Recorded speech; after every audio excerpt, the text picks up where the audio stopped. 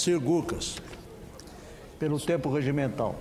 Muito obrigado, senhor presidente, que preside essa sessão, senador Rubem Figueiró, senhoras e senhores senadores, nossos amigos que nos acompanham pela TV Senado, pela Rádio Senado. Eu trago dois assuntos hoje para nós debatermos aqui nessa casa. Primeiro é o assunto com relação à queda do preço do café no mercado internacional.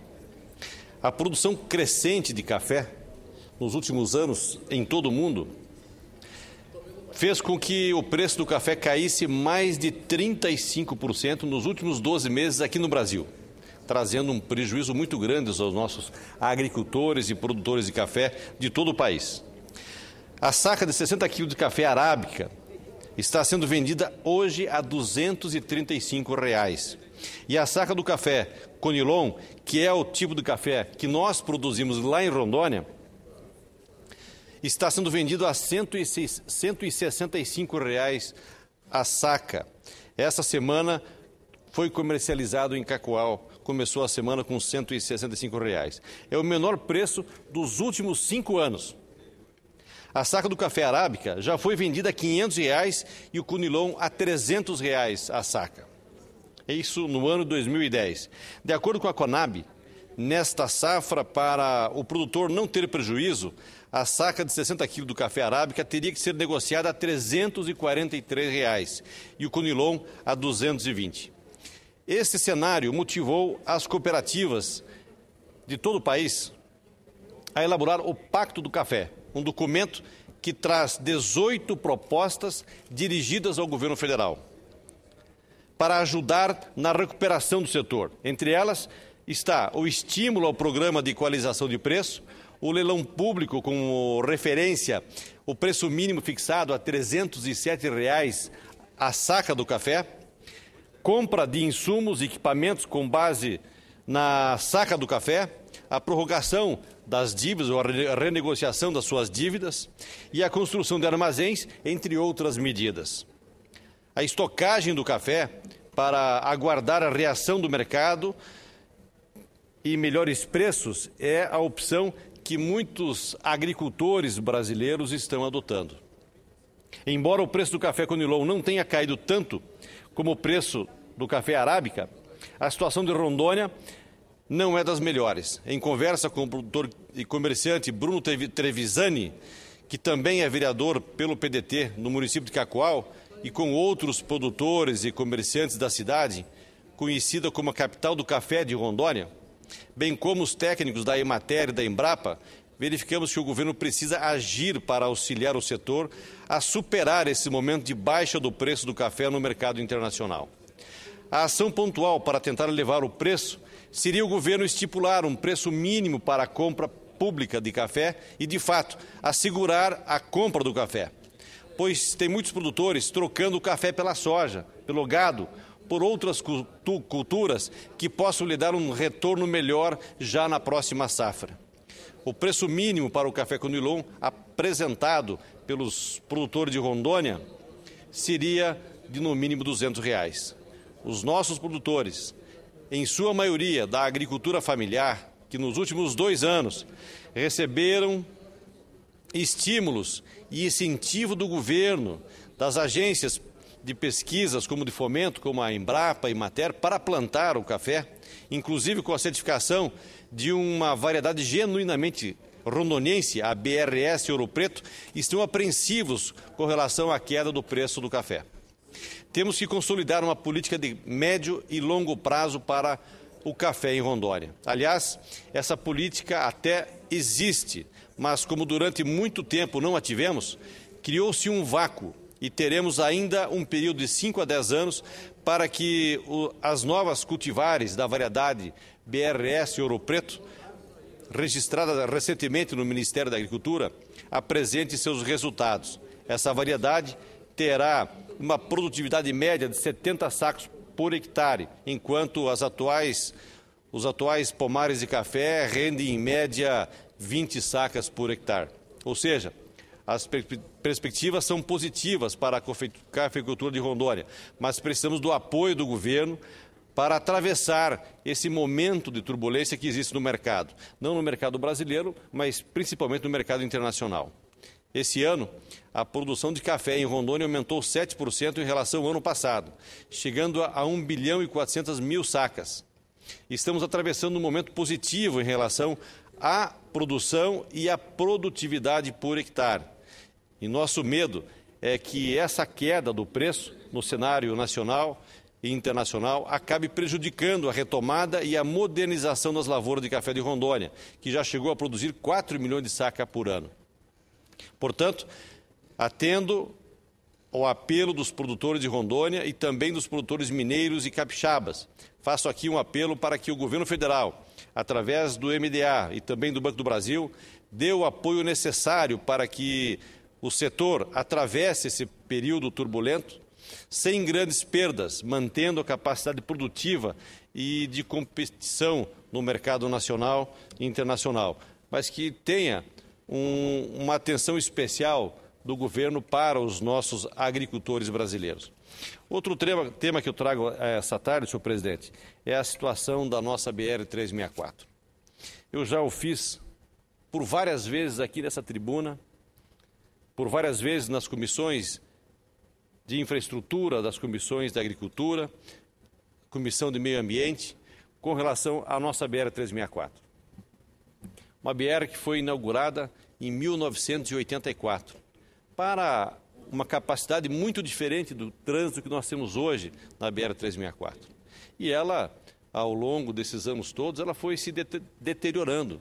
Acabou a BR-364 em certo momento da história desta rodovia tão importante para nós em Rondônia. Muitos programas de tapa-buraco, remendo. A BR estava até poucos dias como uma câmara de bicicleta velha, cheia de remendo, não dava mais para ser utilizada. Conseguimos, com muito trabalho da bancada federal, dos senadores, dos deputados federais, com o apoio do Ministério do Transportes, com o apoio do DENIT, conseguimos, senhor presidente, fazer com que iniciasse o projeto para a restauração da BR-364. E iniciou-se, então, esse trabalho. Foi licitado, foi feita a homologação da licitação, foi dado a ordem de serviço e passou-se 8 meses e nada de começar a obra. Enfim, em várias audiências públicas, vários debates na Comissão de Infraestrutura, com o apoio do nosso presidente, senador Fernando Collor, houve um momento em que nós pedimos ao general que fosse junto conosco visitar a BR e, em loco, verificar que não tinha iniciado o trabalho. Entre Cacoal, ou entre Pimenta Bueno e Ouro Preto, onde fica o pior trecho, é Cacoal e Presidente Médici. Todo ano essa BR se acaba, por completo. Todo ano tem que refazer a BR nesse pedaço, entre Cacoal e Presidente Médici. Muito bem, lá estivemos. Enfim, esse ano iniciou-se a obra de restauração da BR-364. Muito bem. Eu me comprometi com a população de Rondônia de que acompanharia a execução dessa BR. Porque nós não poderíamos e não podemos esperar tanto tempo para iniciar um trabalho tão importante e esse trabalho não tenha a qualidade, primeiro, que está sendo pago. Segundo, a qualidade que a população precisa da BR para transitar e também para transportar a sua produção agrícola, pecuária, enfim. Nós precisamos ter um trabalho de acordo com a necessidade e de acordo com o que foi licitado. E eu tenho acompanhado. Toda semana, final de semana, eu vou à BR para ver como é que está o andamento das obras. Infelizmente, na semana retrasada, fomos visitar a BR de novo, chegamos lá com a subbase pronta, a base pronta, mas já com buracos na BR.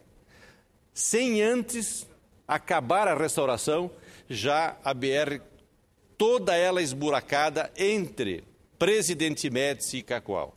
Tirei as fotografias, fiz todo o mapeamento dessa situação que acontecia na BR, tivemos no DENIT, evidentemente o DENIT também preocupado, o general Frache sempre nos atendeu com muita presteza e com muita seriedade.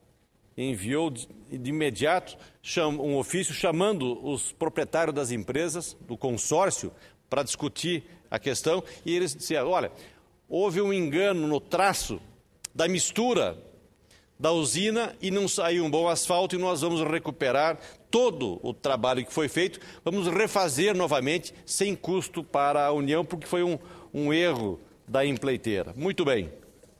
Eu, como disse também ao general Frasch, vou continuar acompanhando. Nesse final de semana voltei à BR-364 para ver como é que eles fizeram a substituição daquele asfalto que eles mesmos tinham dito que não estava bom. O traço da usina não estava perfeito e saiu um asfalto que não é de boa qualidade, portanto, trazendo problemas para a sua conclusão. Enfim, voltei à BR, senador Cristóvão Buarque, e lá estavam os mesmos buracos, alguns remendados localmente, não foi substituído o longo da BR, da qual todo o asfalto saiu em péssimas condições. Buracos tratados isoladamente. Esse foi consertado, mas outros não foram consertados. E o pior, o que é mais grave, a última camada de asfalto está sendo colocada por cima do asfalto que não foi consertado, do asfalto fissurado, do asfalto que não vai aguentar, da base que não vai aguentar. O asfalto, eu não sei se a TV Senado consegue pegar essa fotografia. Esse é um dos pedaços do asfalto que está sendo feito a última camada em cima. Essa é a base que está sendo feita a última camada em cima. Isso tem 30 dias, talvez menos, senador Rubio Figueiró, que preside essa sessão, talvez menos de 30 dias que esta camada de asfalto foi colocada na BR-364. E por cima dela está sendo colocada outra camada de asfalto. Eu conheço muito bem o sistema, não sou técnico, não sou engenheiro, mas acompanho a BR-364 porque sei da importância que ela tem para todos nós em Rondônia. Peguei o equipamento que eles fazem a aferição da espessura do asfalto que é colocada na BR. Essa espessura deveria ser de 6 centímetros. E eu peguei com o prático que estava ali no caminhão, colocando o asfalto, e medi o equipamento dele com a trena dele, que estava lá 5,8 centímetros. Já faltava uma parte, faltava um pedaço. E o que é mais grave, quando coloquei esse material no chão para medir a espessura, ver se conferia pelo menos o 5,8, para se ter uma ideia, coloquei essa ferramenta no asfalto e embaixo do nível coube o meu dedo. Ou seja, menos de 5,8 está sendo colocado como capa de asfalto na BR-364. Eu não vou citar aqui o nome da empresa e nem vou qualificar por aquilo que, da maneira que eu gostaria de qualificar, o nome e a qualidade do serviço que está sendo feito na BR-364. Mas, no mínimo, é um desvio de função, é um desvio de verba, é um desvio do dinheiro público, é uma desconsideração com todos os brasileiros. Não só conosco que moramos em Rondônia e que precisamos da BR-364. Mas eu quero aqui reafirmar mais uma vez. Eu vou continuar acompanhando e denunciando e pedindo para que providências sejam tomadas. Hoje pela manhã, conforme combinei, passei uma mensagem de lá para o general Frasch, passei uma mensagem para ele na sexta-feira à noite, contando o caso. Ele já me retornou dizendo que não iria fazer o pagamento desta obra e iria fazer com que a empresa fizesse novamente o serviço. Mas hoje, 8h30 da manhã, eu estava na sala do general Frasch, junto com ele, mostrando mostrando o serviço que está sendo feito na BR-364. E de pronto, ele, como sempre, isso nós jamais poderemos negar, a atuação rápida e imediata e a resposta imediata que o general Frache sempre nos deu com relação às reclamações que nós levamos no DENIT. De pronto, ele já tomou as providências e vai, essa semana, com uma equipe, e eu faço questão de ir junto, embora o DENIT não tenha, o presidente, não tenha a estrutura para ir visitar uma obra e voltar imediatamente. Tem que depender de autorizações, depender de aviação, depender de linhas aéreas, numa obra que vai custar 700 milhões de reais, não tem, senador Cristóvão, uma aeronave à disposição do DENIT para poder ir fiscalizar em loco esses problemas. É um absurdo o que está acontecendo. E nós não podemos e não vamos deixar acontecer isso na BR-364. As pessoas estão passando na BR, estão me telefonando, olha, os buracos continuam, eles não estão melhorando os buracos, não estão resolvendo os problemas da BR-364. E nós vamos estar aqui, eu vou estar tanto aqui quanto na BR, acompanhando e não deixando que esse serviço mal feito, um serviço que não condiz com a realidade do nosso país, seja feito por uma empresa irresponsável que está na BR-364, entre o trecho de Pimenta Bueno a Ouro Preto Oeste. É o trecho todo. Mas o que está acontecendo entre Cacoal e Presidente Médici, nós não vamos deixar acontecer.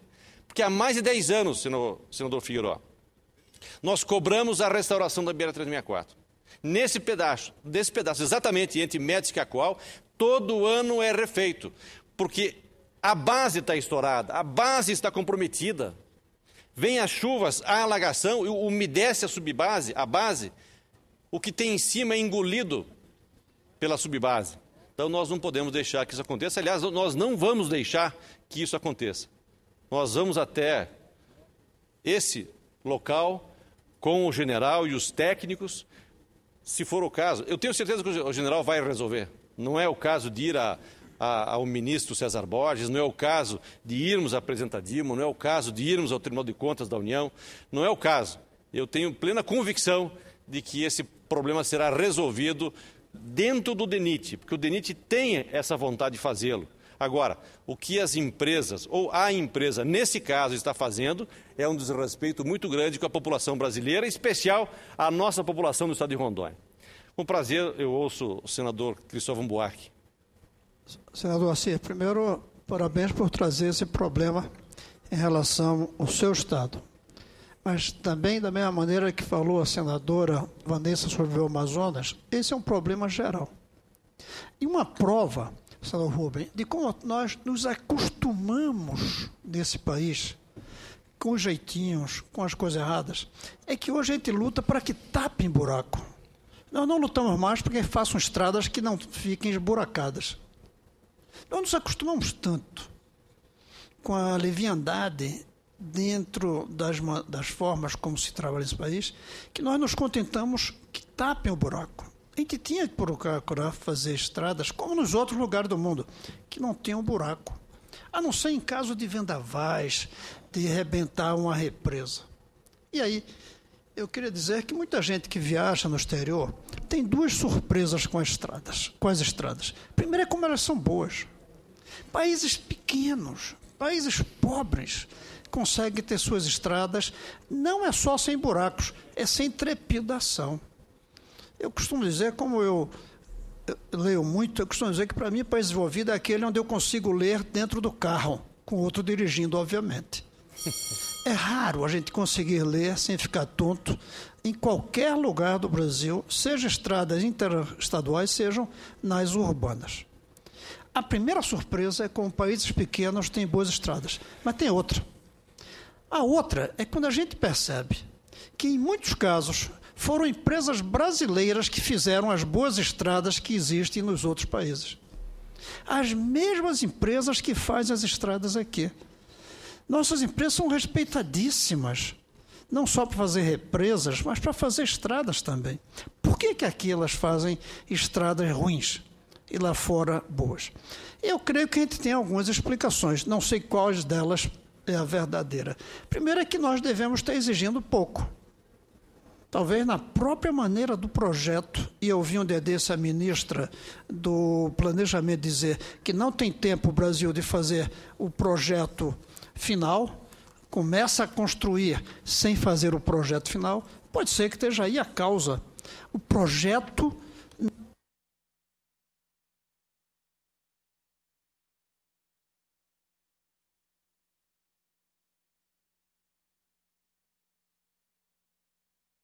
não, pode ser que a causa esteja no projeto. Vou supor que não seja. Será que a causa está na fiscalização leviana por parte dos órgãos que deveriam fiscalizar a execução de um bom projeto? Terceiro, será que em vez de leviandade não é corrupção? Não tem empresas fazendo um projeto para uma determinada condição, executa com a condição inferior e o fiscal fecha os olhos? Eu não estou dizendo que é isso, mas pode ser, é uma hipótese. Quarto, será que a culpa é da 866? Será que a culpa é da maneira como nós escolhemos as empresas com base em um menor preço e que muitas vezes vem com uma menor qualidade? Pode ser. Pode ser que o defeito esteja na maneira de escolher quem vai construir, não exigindo que a obra seja perfeita. E, finalmente, uma última, que eu não acredito, talvez até porque eu seja engenheiro de formação. Será que a incapacidade dos engenheiros brasileiros em relação aos engenheiros do exterior? Será que é uma incapacidade de fazer projetos onde as estradas durem décadas sem se esburacarem, em vez de a gente ter a modéstia de ficar apenas exigindo que se tapem os buracos? Talvez esteja na hora, por conta do seu discurso, de a gente fazer uma reflexão mais profunda sobre isso. Não apenas cumprir o papel fundamental que o senhor está cumprindo, de exigir que essa estrada não tenha buraco, mas refletimos onde é que nós estamos errando, que nossas estradas são esburacadas. E mesmo quando não esburacam, elas trepidam, elas não são perfeitas, como é na maior parte do resto do mundo, salvo em países muito pobres, que aí nem tem estradas. Mas nós temos, mais ruins. Alguma coisa nós estamos errando. Eu levantei 5 problemas. Talvez sejam os 5, talvez sejam alguns deles. Talvez o que a gente precise mesmo seja saber quais são esses problemas e tentar corrigi-los. Muito obrigado, senador Cristóvão Buarque, pela sua parte. Mas quero lhe afirmar que não falta capacidade técnica para as nossas empresas e os nossos profissionais. Esse não é o problema. Agora, um problema está aqui detectado. O traço errado da usina proporcionou o asfalto fissurado. Isso é maldade da empresa, que aplicou um asfalto ruim. Outra coisa errada, está aqui, era 6 centímetros e já estão fazendo 5,8. Quando fazem o 5,8, eu fiz questão de medir. Não dá 5,8, não dá. Dá 4,5, 4,8. Então, é a fiscalização? Talvez. Quando o ministro César Borges esteve na nossa audiência pública, na Comissão de Infraestrutura, eu levantei essa questão para ele da falta de fiscalização no serviço da BR-364, pois sabia que houve uma discussão judicial que interrompeu, cancelou o contrato da empresa que estava fiscalizando a BR-364, a obra da BR-364. Ou seja, a empresa fiscalizadora perdeu o contrato, automaticamente não fiscaliza mais. E o DENIT não tem capacidade técnica, ou não é capacidade técnica, não tem gente suficiente para fiscalizar. Por isso que já contratou uma empresa para fiscalizar. Então, é a maldade aqui, nesse caso, da empresa que está executando a obra. Eu faço questão de não falar o nome da empresa, porque eu acho isso um pouco desleal eu não acho isso ético, falar aqui em nome de empresa A, B ou C. Mas a população sabe, tem as placas ao longo da BR, de qual é o consórcio que está fazendo, e o DENIT também sabe qual é a empresa. É evidente, né? contratada pelo DENIT, sabe qual é a empresa que está executando essa obra. Mas eu quero finalizar, eu finalizo agradecendo a atenção que tenho recebido do DENIT com relação à fiscalização e os problemas que estão acontecendo na BR-364. Eu tenho certeza que o DENIT vai tomar as providências necessárias e cabíveis para que não aconteça o que está, ou não continue a acontecer o que está acontecendo na BR-364. Não dá para conviver em asfalto com buraco com asfalto novo ou velho, não importa a idade do asfalto, quanto mais no asfalto que está sendo construído. O Brasil não pode viver dessa forma. Nós estamos crescendo, desenvolvendo, o Brasil quer ser um dos países mais desenvolvidos do mundo. Como é que nós vamos aceitar, senador Wilson Buarque, buraco nos asfaltos e um asfalto que está sendo reconstruído agora? Não dá para aceitar. Então, eu espero... Eu critico muito quem bate na mesa e não vou fazê-lo, mas a vontade que tem é de bater na mesa, senador Cristóvão. Não vou fazê-lo porque não acho isso correto. Mas a indignação do povo de Rondônia é muito grande com relação ao que está acontecendo hoje na BR-364 no estado de Rondônia. Talvez não seja só na BR-364. Talvez esteja acontecendo em outras obras que estão sendo executadas no Brasil. Espero que não. Acredito no ministro César Borges e acredito no general Frach, por isso que trouxe o problema para ele. Espero que a solução aconteça conforme ele sempre tem nos dito e nos disse hoje pela manhã. Muito obrigado, senhor presidente Rubio Figueiredo. Senhor senador Assir Gucas, eu cumprimento pela